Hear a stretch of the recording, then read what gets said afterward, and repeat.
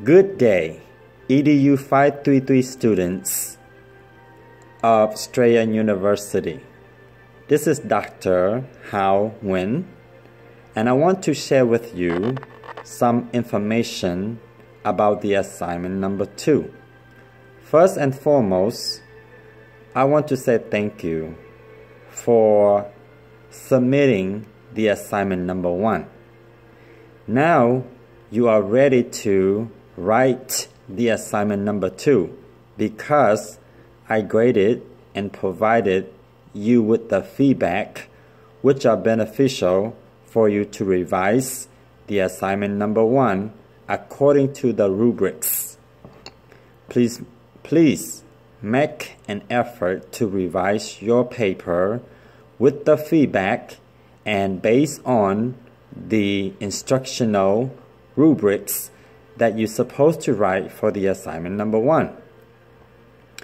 Remember, you are writing the assignment number 2 on the same topic that you wrote for the assignment number 1 and the assignment number 3.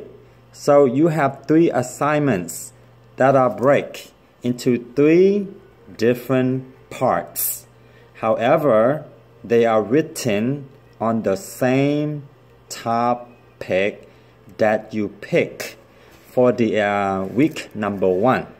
So therefore, you continue on writing, but you have different rubrics. In week number 9, you have to submit written assignment number 3, which must have a combination of assignment number 1, assignment number 2, and remember, these 2 assignments must be revised in order to gain full points for the assignment number 3.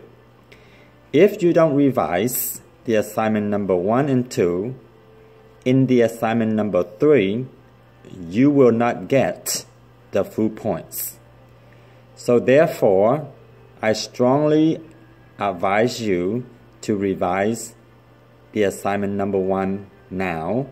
So once you completed the revision, please continue writing the assignment number 2 on the same paper. Don't start a new paper, continue. Okay? So continue writing on the same paper that you wrote for the assignment number 1. If you do this, you will save time and energy by doing this. So trust me on this part. Therefore, for the assignment number 2, you need to add 5 more subheadings. Again, you are adding 5 more subheadings to the assignment number 1. Okay? So, in the assignment number 1, you had the conclusion. So, before the conclusion of the assignment number 1, continue writing the assignment number 2. Okay? So, in the assignment number 2, you have to add 5 rubrics, meaning you have 5 subheadings. Please provide the subheadings, which makes your paper clear and easy to read for the readers. This is the purpose of a research paper. So in the assignment number 2, the 5 subheading or 5 rubrics that you will focus on writing are learner-related sequencing, 3 instructional strategies, learner analysis, instructional message, delivery strategies. Now remember, instructional strategies and delivery strategies, they are not the same. instructional strategies based on what you will do. Delivery strategies focus on how you will do to deliver your instruction. So, the learner-related sequencing focus on the order of activities that you as a trainer or instructor want the learners to do in order from A to Z during that instruction to ensure that the students understand the concepts or the objectives that you are teaching. The instructional strategies can include the use of cooperative learning, role-playing, and graphic or picture presentation. Remember, there are more instructional strategies than what I just mentioned. The learner analysis focuses on how you as a trainer or the instructor goes about to determine the students in terms of the demographic background. Now remember, this is not learner's characteristic. This is learner analysis. You want to find out as much information about the students, their demographical background. You want to know about them so you can design, you can deliver, and you can evaluate the instruction better. So the learner analysis focuses on how you as a trainer or instructor goes about to determine the students in terms of the demographic background. It is the process we as instructors, we as trainers go through to find who the students are and who we designing the instruction for. We want to find out as much information as we can about the learners. We can conduct a learner analysis in many ways. For example, you can do interview, you can have an informal observation, you can do questionnaire, or you can have a case study. These are the ways that you can go about to obtain learner analysis. Okay? You can also do surveys, which is another method to obtain demographic background about the learner in the learner analysis. Now, let's focus on the instructional message. So, you are basically writing a proposal. If this proposal goes well, you can sell it to a school, you can sell it to an organization that potentially can use your ideas to train their teachers to use what you are writing about. Remember, you are designing instruction to train future workers, to train future teachers, how to train others to do some tasks, to do some work. Therefore, you have to sell the project. So as you are selling the project, what message will you tell the buyer? So what is your instructional message? In the proposal, what will the learners benefit from your training, from your proposed training in terms of the context?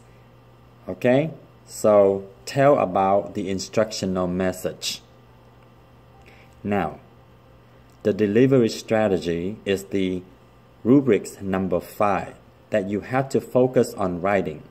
This is not the same as instructional strategies. This is the delivery strategies, where you focus on how you as the trainers, you as the instructors, go about to present your lesson, which can include identifying clear objectives, setting the standards or expectations for learning, modeling, engaging the students. That is why we have weekly threaded discussion.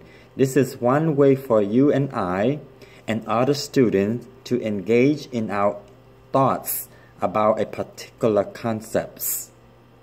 Okay? So this is the the delivery strategies. You can use positive reinforcement. You can use you can set up positive learning environment. So these are just some of the strategies of the delivery strategy. How you go about to deliver strategies. What I just mentioned are just a few. There are thousands of instructional strategies. Okay? You can use technology to deliver your instruction. Okay? So that's just one. So I just briefly explained to you the rubrics that you will need to describe for the assignment number 2. Now, this is a common observation. We have a textbook that we read for context, written by Morrison et al. And I don't see many of you using this particular text to help you with your writing. Use the required textbook, Morrison et al. The references are in there. The information, the research is already there for you. Use the research that you have. Work smart and not hard. Okay? So use Morrison et al. Text for referential information about the 5 rubrics. Remember to cite accordingly. Strain University advocates for academic integrity. Therefore, cite every single source that you use in the paper. Now, you must revise the instruction, of course, and the conclusion, so they fit both assignment number 1 and the assignment number 2. Because you are adding new information, so you have to tweak information around. Okay? So you have to revise the introduction and you have to revise the conclusion. I don't understand. You're writing an essay and some of you don't have an introduction. So how does the readers know what you are writing about? You need an introduction. This is the basic writing format. You have to have an introduction and a conclusion. Okay? Please make sure to include the introduction and the conclusion. Now, in the introduction, you need to make sure that you have a purpose statement. Again, you need to have a purpose statement. That is why you have the rubrics. You're writing your paper based on the rubrics. And for many of you, start your paper, you're just talking about so many things, but you have not clearly telling what is the purpose of your writing. You need to have a purpose. A purpose statement is a declarative sentence in which you summarize the specific topic or goals that you are writing about. It's normally in the introduction. In the conclusion, you restate what you wrote in a creative and different way, but that is similar to what you wrote in the introduction. That is the creative way of writing. So don't forget, use the purpose statement. Okay? Please, by any means necessary, avoid using personal pronoun. Don't use I, don't use we, don't use your. You are not talking to me. You are writing a research paper, so no personal pronouns. Unless you are using anteceding pronouns. That's the only case that is acceptable for using pronouns. Otherwise, don't say I, don't say we, don't write you, don't write your. Don't use personal pronouns. I don't know how many times I have to reiterate this. You are a researcher. Don't use personal pronouns. Use direct nouns. Okay? In addition, as you are writing, please don't include statements like I believe or in my opinion. You are writing a research paper. What you believe do not count. What the research says matter. Okay? Again, what you believe doesn't belong to what the reader will think about your paper. The results of the findings from the research is what matter. Okay? So no I believe, no in my opinion. Do not include these phrases or statements. Write this assignment using the rubrics. Don't just write on any topic. Control your writing. Control the pages. Don't just keep on writing. You need to end too. That's why there is a conclusion. Okay? Now listen here. You have a subheading. The title for the subheading is Conclusion. So, when you're writing the conclusion, do not include statements or phrases like in conclusion. Don't do that. You already have a conclusion. So avoiding using phrases like in conclusion to start a sentence. You are repeating the same ideas you already stated. This is called redundancy, and it's not good for writing. We are at a graduate level. And as a graduate student, you have to demonstrate a mastery, a scholar way of writing. And you need to make sure that you write scholarly. Again, as your instructor, I expect nothing but the best from each one of you. In any situations that you have doubts, reach out to me. I will be glad to provide you with the assistance that you need so you and we both can be successful in this journey together. My number is 678-814-8227. I do care about the quality of your work. And I expect that you do with greatness, with zest, so you can be proud and I can also be proud of you. I'm already proud of you for doing amazing work. Okay? This is Strain University. You are getting a degree from Strain University, which is comparable to other universities too. So this is a great institution, and I want to hold you to the greatest standards that Strain University want me to.